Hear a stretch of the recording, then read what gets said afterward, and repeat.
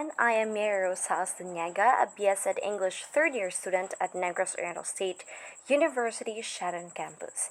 And today I am going to tackle about society and education, specifically the philosophical perspectives.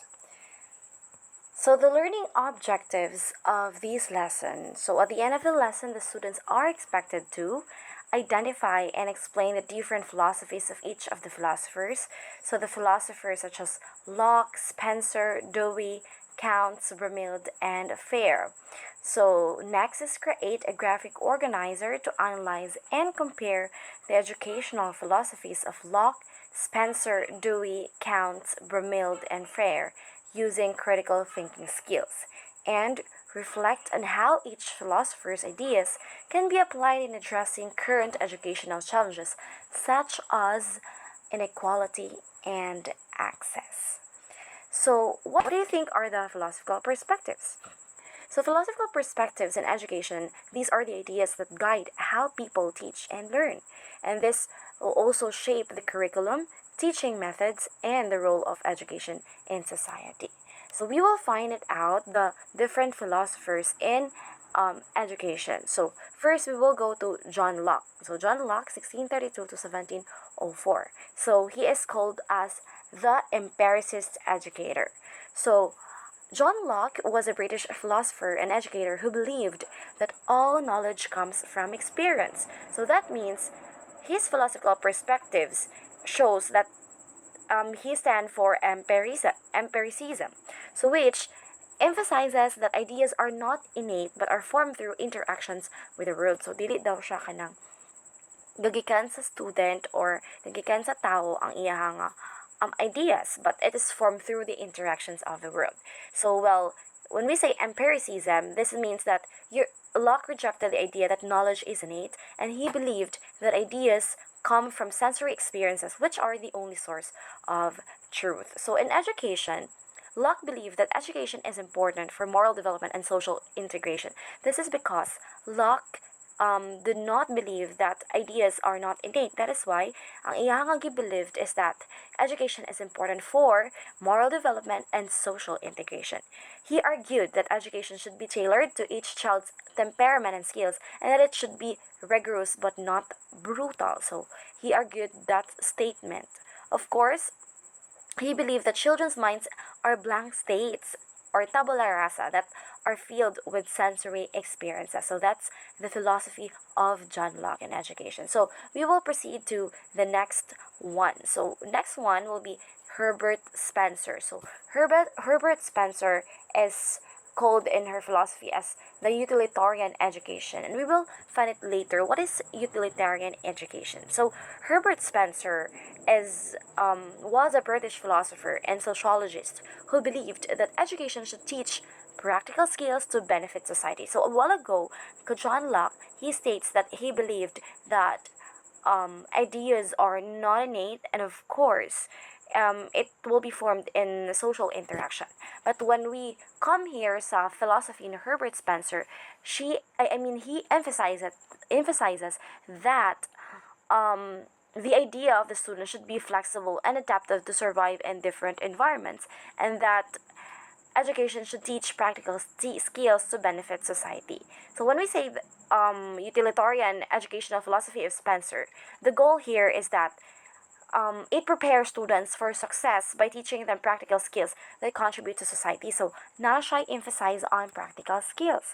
So, the methods here is a philosophy ni Herbert Spencer is that you have to use classroom activities to develop skills like public speaking, computer literacy, problem solving, and critical thinking. So, this will be used or kanang practical skills na siya nga mga gimension nga mga skills which may use siya sa students in a classroom setting or any other environment. So the emphasis here is sa philosophy of Herbert is that you have to teach the students to be useful individuals and secure their future, since it's more on practical skills, and education should conform to natural growth processes and be pleasurable. So the role of the teachers here is that they act as the observers and facilitators following the child's natural pace of learning. So letting the students learn on practical skills. That is for Herbert Spencer's utilitarian education. So now let's proceed to John Dewey. So this is more likely gonna introduce Anisha for the previous topics or previous year. So John Dewey is known as the so-called kanang philosophy niya ng learning through experience.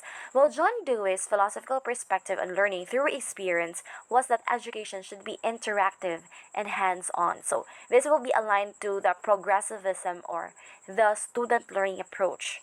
So he believed that learning is a process of actively engaging with the world and that students should be able to explore and discover new ideas. That's why kitawag siya nga learning through experience. So it's letting the students experience or come up with hands-on activities so that they will be the one to engage and do the activities for them to learn. So when we say learning through experience, so naa siya active learning. So do we believe that learning is a two-way process between students and teachers where students actively pursue learning opportunities?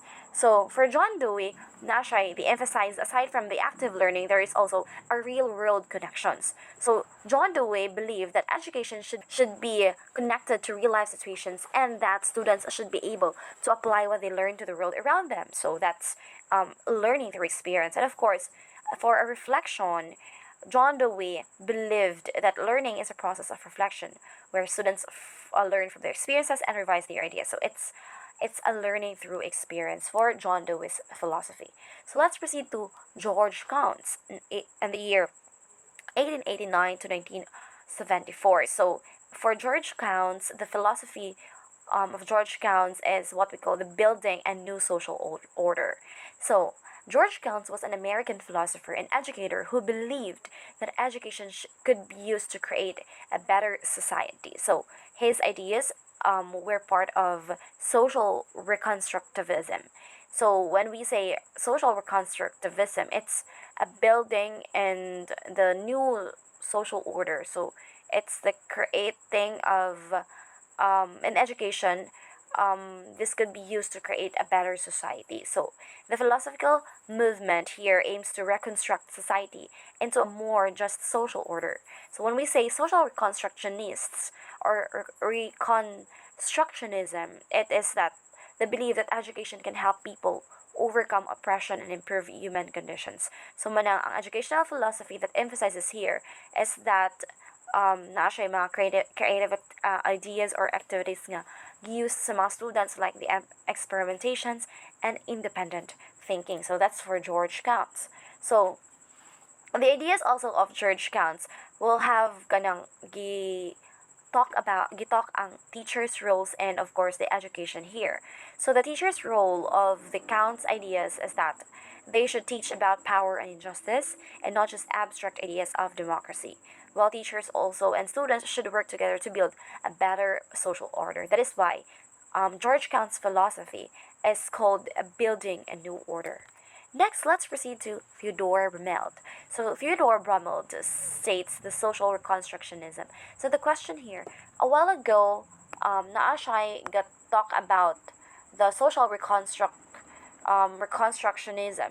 It's about a reflection or the philosophical movement that aims to reconstruct society, which is also under the philosophy of George Counts. But the social order, ang emphasize niya is ka George Counts, but then for Theodore Brummel here, it's the social reconstructionism. So Theodore Brummel founded social reconstructionism as a response to the horrors of the World War II. That's why he believed that education had the responsibility to mold human beings into a cohesive and compassionate society. And he also believed that reconstructionism in schools was the solution to the problem. So that's for Theodore Brummel. His main focus was to create a school system with democracy where controversial topics played a huge role. That's for Theodore Brummel. So students are expected to use their minds and ask questions when this philosophy is in use. So he wanted that the students to realize that values are not unchanging and they must be tested continuously by evidence. That's the philosophy of Theodore Brummel. Next, let's go to Paulo Freire. Paulo Freire here was a Brazilian educator and philosopher who developed the idea of critical pedagogy. That's why Ang philosophy ni Paulo Freire here is critical pedagogy. So, what is critical pedagogy? Well, when we say critical pedagogy, it is an educational approach that aims to create a just and democratic society by challenging students to question power structures and inequality. Well, Freire's work was influenced by the Frankfurt School and values of love, care, and solidarity. So, the role of the teacher in the critical pedagogy of Paulo Freire here is that they doesn't teach but learns. They doesn't teach but learns while in dialogue with the students. The students learn while teaching, and the students' actions aren't limited to receiving, sorting, and storing the teacher's banking deposit. So that's critical pedagogy. It's in the use of critical thinking skills, of course, Saka Fryer. So Fryer here believed that education should help students develop critical consciousness and act to liberate themselves and the world from injustices. And he also believed that true liberation comes from dialogue between teachers and students where they learn from each other equally. So that's the philosophy of Paulo Freire, whereas students and teachers will have a conversational kind of teaching. That's why if mo asks a teacher, mo responds a student, and students will also let to think, kanang teachers will also let the students to think or questions the lesson, the world around them, and any other aspects or areas. That's for Paulo Freire. This is because to help the students understand how to transform oppressive structures, and of course to develop transformative learning theory. And there is a participatory action research and popular education movement where muna siya kanang work ni Fryer in developing the students and the teacher in a classroom and teaching environment. Well, these are the references that I used in this lesson. There are a lot of philosophers pa na nag-talk about education, and that's few of them. Well, thank you so much for listening, everyone, and God bless us all. Thank you.